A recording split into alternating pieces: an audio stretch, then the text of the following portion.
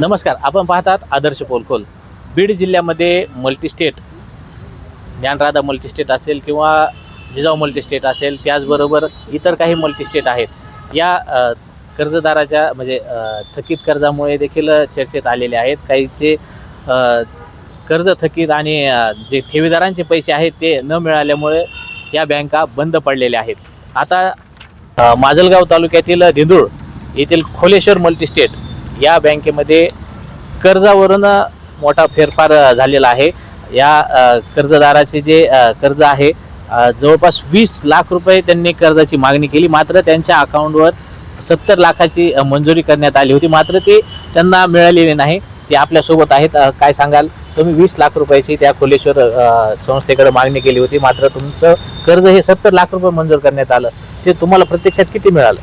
1 रुपया भेटलेला नाही सर. 1 रुपयाही हातावर आला नाही, ते खिशात दिलाच नाही. बँकेत आम्ही अर्जारा घालून दमलो. तुम्ही सुरुवातीला अर्ज केला तर त्यावेळेस कितीचा अर्ज होता? काय 20 लाखाचा होता. तर त्यांनी त्याच्यावर 70 लाख मंजूर केले.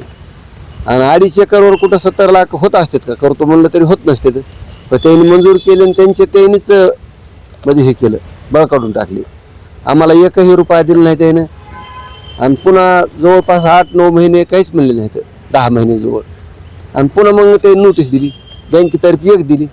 मग बँकेतर्फे दिल्यास आम्ही गेलो त्या ह्याच्याकडे, चेअरमनकडे. त्याला म्हणलं, साहेब हे नोटीस कशी काय आली आम्हाला? म्हणले तुम्ही कर्ज उचललं असं. मी म्हणलं नाही उचललं, कर्ज आम्ही मग फाईल केली आहे, पण तुम्ही दिलं नाही ना आम्हाला. मग नोटीस कशी येईल? मी म्हणलं मग आता आम्हाला रोगर प्यावं लागतं तुमच्या बँकेत येऊ. नाही म्हणलं तसं काही घाबरू नका तुम्ही, काहीच होत नाही. मी सोबत घेऊन गेलो 2-4 लोक. काही होत नाही म्हणले, घाबरू नका. पुन्हा त्याने इथं ह्याला हे केलं बीडला. मग इथली नोटीस आली आम्हाला कोर्टाची. मग ही नोटीस आल्यास आम्ही बी पुन्हा इकडं कोर्टातच आलात. त्यांच्याकडे डबल जे जायचं ते म्हणलं डबल जाऊन उपयोग नाही. आपण बी कोर्टात आल्यावर मग कोर्टानं हे केलं. आता नेरकर साहेबानं म्हणले आता ह्याच्यात हे करू आपण. नक्कीच आता पोलीस अधीक्षकांची भेट घेतली, जे कायदेशीर सल्लागार आहेत ते आपल्यासोबत आहेत. कशा पद्धतीने हा व्यवहार झालाय काय सांगाल? सर, याच्यामध्ये आबासाहेब कांदे यांनी जी कर्ज मागणी केली त्याप्रमाणे त्यांना 70 लाख रुपयाचं कर्ज देण्यात आलं. 70 लाखापैकी बँकेचं काही खर्च सोडून 68,50,000 रुपये यांच्या अकाउंटला जमा करण्यात आले. त्यानंतर त्यांच्या अकाउंटवरून सदरची रक्कम RTGS द्वारे किंवा विड्रॉलद्वारे या बँकेच्या कर्मचाऱ्यांच्या खात्यावर ट्रान्सफर करण्यात आली. आणि मग जर या कर्जदाराला यांनी 70 लाख रुपये कर्ज मागणी शेतीसाठी विकासासाठी केलेली आहे यांनी, मग त्यांनी ते कर्ज दिले आहे.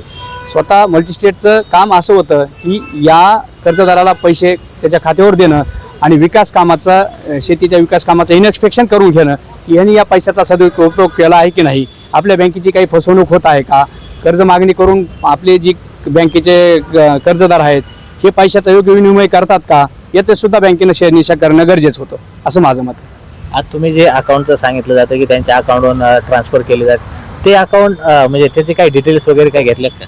हां, ते माझ्याकडे अकाउंट डिटेल आणलेले आहेत आबासाहेब कांदे यांनी. तर त्यावरून असं दिसतंय की त्यांची जी अकाउंटची पेमेंट आहे ती त्यांच्या खोलेश्वर मल्टीस्टेटच्या कर्मचाऱ्यांच्या खात्यावर ट्रान्सफर झाले आहेत पैसे. त्याबाबत काही खुलासा केला आहे का त्यांनी? त्याबाबत त्यांनी आतापर्यंत खोलेश्वर मल्टीस्टेटनं कुठलाही खुलासा केला नाही. आम्ही कारवाई संदर्भात कारवाईपूर्व नोटीससुद्धा त्यांना दिलेली आहे, तरीसुद्धा त्यांचा कुठलाही रिप्लाय नाही. त्यांनी आबासाहेब कांदे यांच्याविरुद्ध माननीय लवाद प्राधिकरण अजित देशमुख साहेब यांच्याकडे प्रकरण पैसे वसुलीसाठी दाखल करण्यात आलेलं आहे. त्यामध्ये सुद्धा आम्ही सर्व कंडिशन होनरेबल अजितदादा देशमुख यांच्यासमोर मांडल्या आहेत प्राधिकरणासमोर, की याच्यामध्ये जे काही खोलेश्वर मल्टीस्टेटने कारवाई करण्याची मागणी केली आहे ती कारवाई थांबवण्यात यावी व या कर्जदारास न्याय देण्यात यावा असं आम्ही लवाद प्राधिकरणाकडे दाखल केलं आहे. नक्कीच आता हे प्रकरण लवादकडे दाखल करण्यात आलेलं आहे. मागच पाहायला गेलं तर आपल्याला पूर्णवादी बँकेमध्ये देखील असाच कर्ज घोटाळा, जिथं ज्या वेअरहाऊसमध्ये दाखवली होती ते वेअरहाऊसमध्ये मालही उपलब्ध नसताना देखील कर्ज वाटप करण्यात आलं होतं. मात्र इकडं जर पाहायला गेलं तर कर्जदार आहे, तिचे जमीन आहे, मॉर्गेज आहे, मात्र त्या कर्जदारांनी घेतलेलं कर्ज हे परस्पर त्याच बँकेतील कर्मचाऱ्यांनीही संगनमत करून एकमेकाच्या अकाउंटवर ट्रान्सफर केल्याचं चित्र देखील आपल्याला यावेळेस पाहावयास मिळत आहे. नेमकं आता या खोलेश्वर मल्टीस्टेटवर काय कारवाई होती हे देखील पाहणं आता महत्त्वाचं ठरणार आहे. Camera person Nitesh Upadhye, Beed.